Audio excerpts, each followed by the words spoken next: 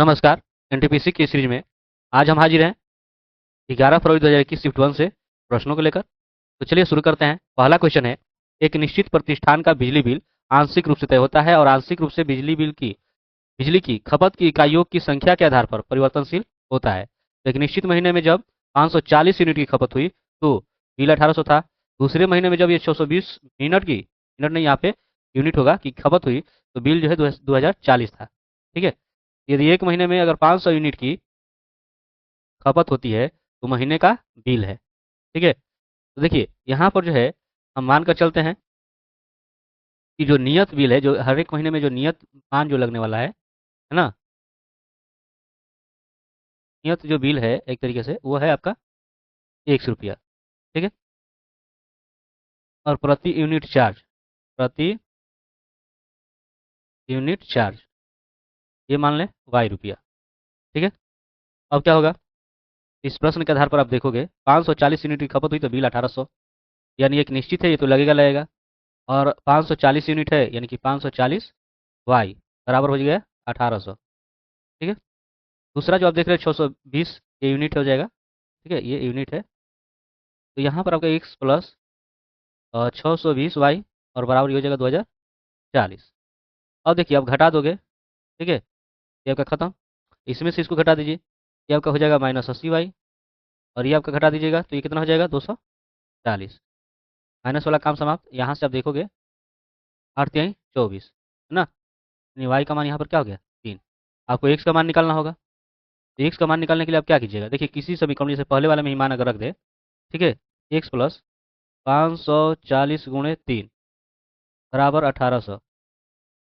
ये आपका हो जाएगा 3 जीरो 3 चौका 12 3 5 15 1 16 बराबर 1800।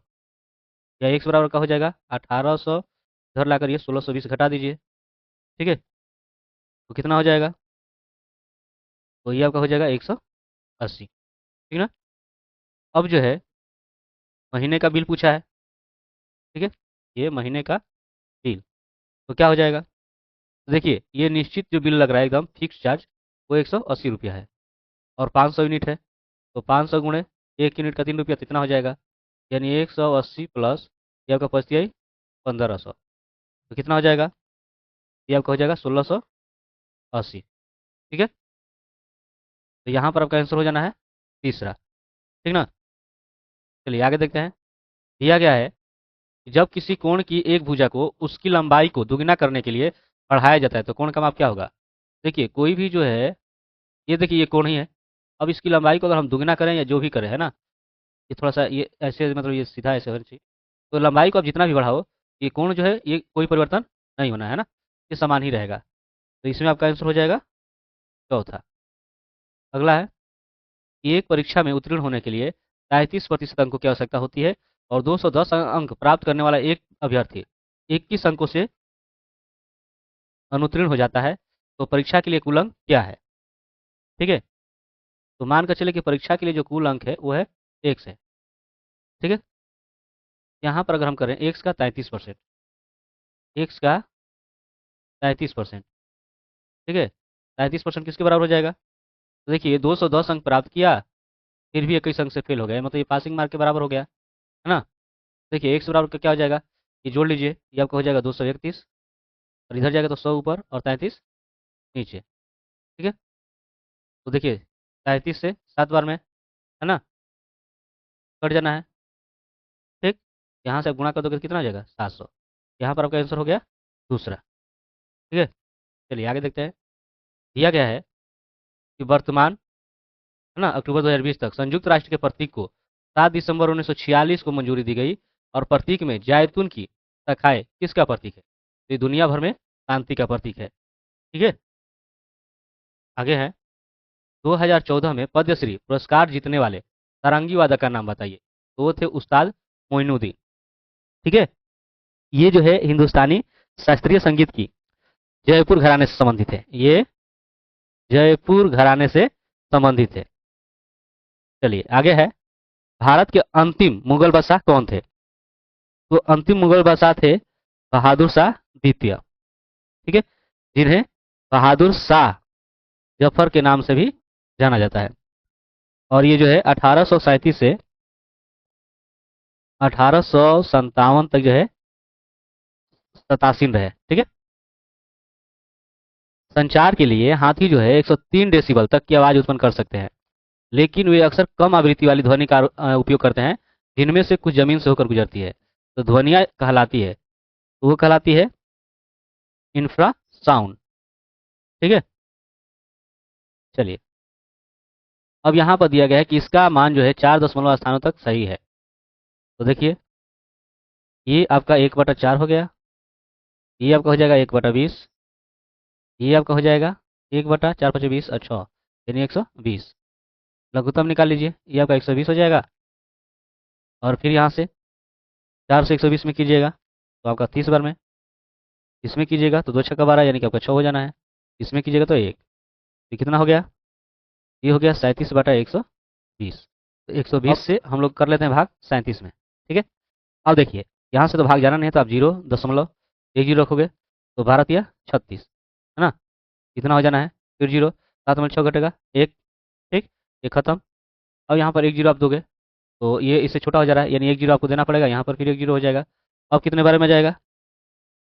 तो ये आपका हो जाएगा 12×8 = 96, यानी 8 बार में। ठीक है। तो 0, 8 दूनी 16 और 8 × 8 = 9। ये आपका 0, 10 में 6 घटेगा 4। ठीक है। और ये आपका खत्म। 1 0 बढ़ेगा। अब कितनी बार में जाएगा? तो 12×3 = 36, है ना? ठीक, यानी कि आपका हो जा रहा है 0.3083। यही आपका आंसर हो जाएगा, यानी कि दूसरा। किस वर्ष ईस्ट इंडिया कंपनी को मुगलों द्वारा दीवानी अधिकार करने और बंगाल, बिहार और उड़ीसा के दीवानी मामलों का फैसला करने का अधिकार जो है प्रदान किया गया था? तो 1765 ईस्वी में। ठीक है। चलिए, आगे देखते हैं। चंद्रमा को अपनी धुरी पर एक चक्कर पूरा करने में कितना दिन लगता है? वो लगता है 27.3 पृथ्वी दिन। ठीक है। अगला है, कालबेलिया लोकगीत और नृत्य किस भारतीय राज्य से संबंधित है? तो ये संबंधित है राजस्थान से। ठीक है। बाहरी हिमालय को के रूप में भी जाना जाता है, तो जो बाह्य हिमालय है उसे क्या कहा जाता है? तो शिवालिक। ठीक है ना? शिवालिक पहाड़ियाँ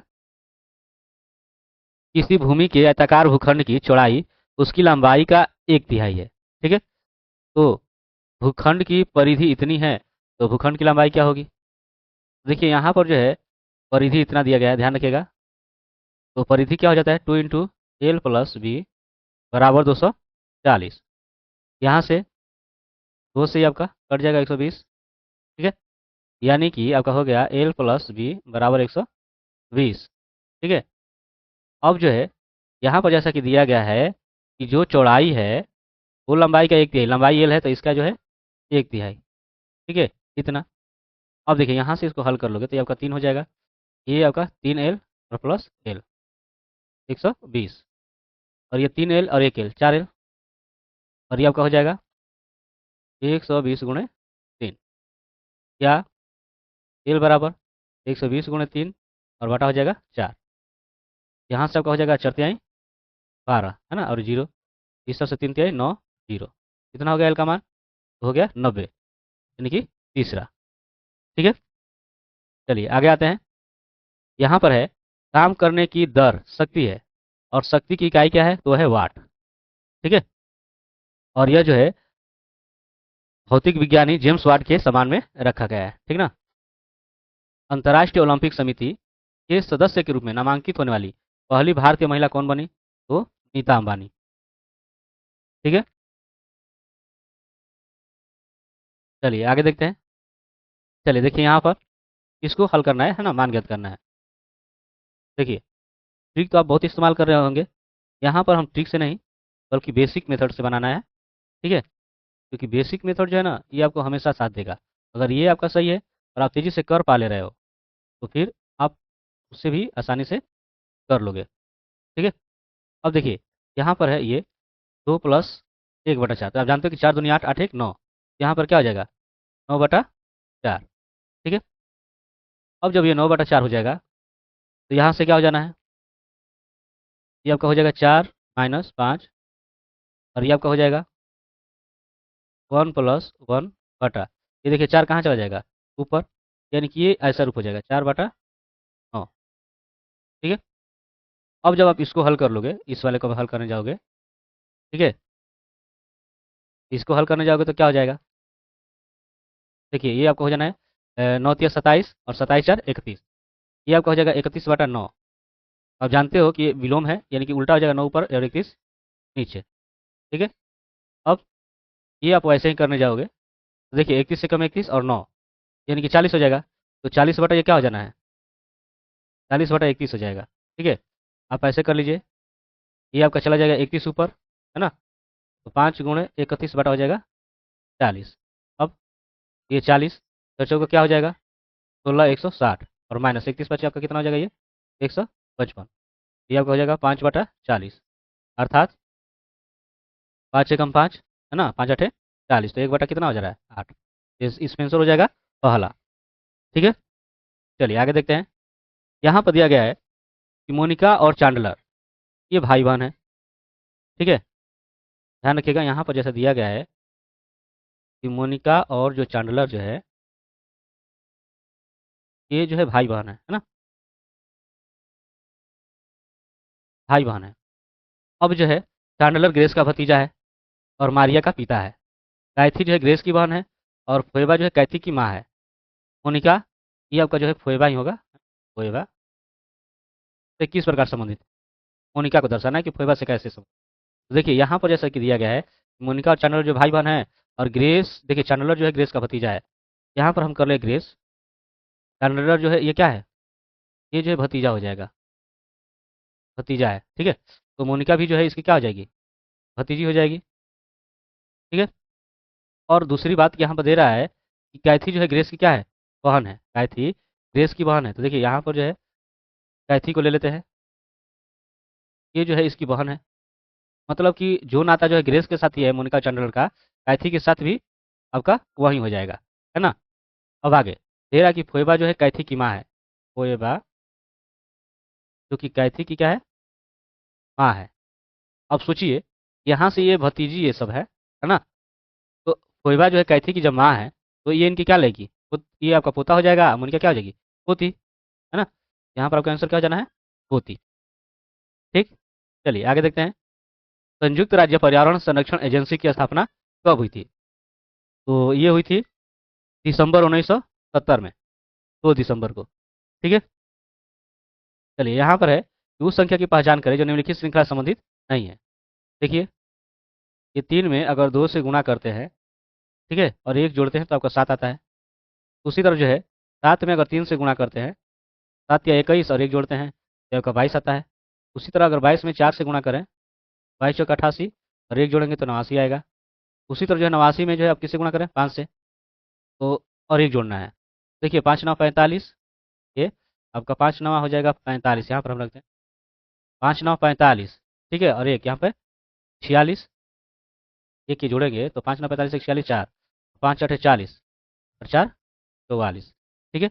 उसी तरह जो है 446 में इससे गुणा कर दें 100 से, 1 जोड़ना है। देखिए 6×6 = 36, 1 37, 3 6×4 = 24 और 3 27, 2 6×4 = 24, 2 24। ठीक है। तो ये भी ठीक है, मतलब ये अभी सब सब सही है। आगे वाला देखिए, अगला है 2677 में आपको किससे गुणा करना होगा, 7 से, और 1 जोड़ना है।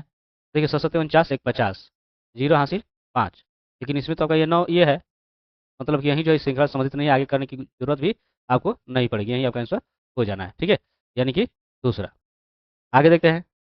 भारतीय अर्थव्यवस्था के निम्नलिखित में से किस क्षेत्र की जांच के लिए कुमार मंगलम बिड़ला समिति का गठन किया गया था, तो कॉर्पोरेट गवर्नेंस के लिए। ठीक है। चलिए आगे बढ़ते हैं।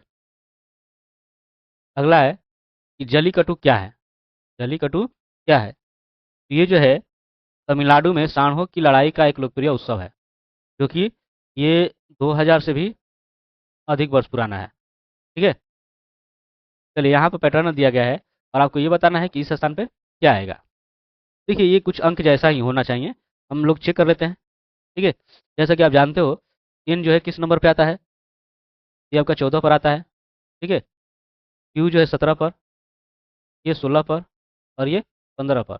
तो ये कितना हो जाएगा, ये जोड़ने पर आपको जो है 7 4 11 और 11 11 ये देखिए 22 और 2 और ये 4 2 6 यानी कि 62 हो गया। ठीक है, उसी तरह जो है इसको देखिए। ठीक है, इसके लिए अगर जाओगे तो आर के लिए जो है आपका क्या हो जाना है, आप जानते हो कि आर का 18 होता है। ठीक है, एम का 13, टी का जो है आपका 20 और के का 11।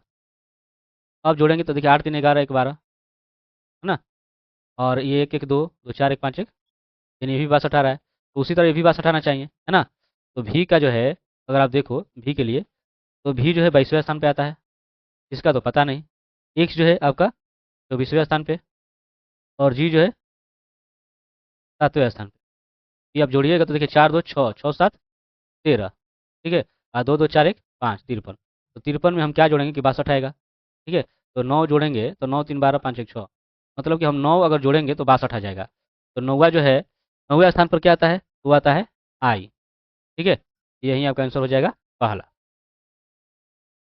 भारत में निम्नलिखित में से कौन सा अधिनियम ब्रिटिश प्रधानमंत्री लॉर्ड नॉर्थ की अध्यक्षता वाली समिति की रिपोर्ट पर आधारित था, तो था रेगुलेटिंग एक्ट 1773। ठीक है, चलिए अगला है, एक निश्चित कोड भाषा में इसको इस रूप में लिखा जा रहा है ना, और इसको इस रूप में लिखा जा रहा है, तो इसको क्या लिखा जाएगा। तो देखिए नॉर्मली इसमें क्या होता है कि ऐसे जब मिलेंगे तो ज़्यादातर जो जिसके सामने है उसी का होगा। ठीक है, जैसे देखिए डी के लिए जो शार्प है, तो इसमें डी के लिए भी शार्प दिया गया है जहाँ जहाँ डी है ना, तो ये वैसे ही होता है। तो आप देखिए ये आप लिख लीजिए NADIVE।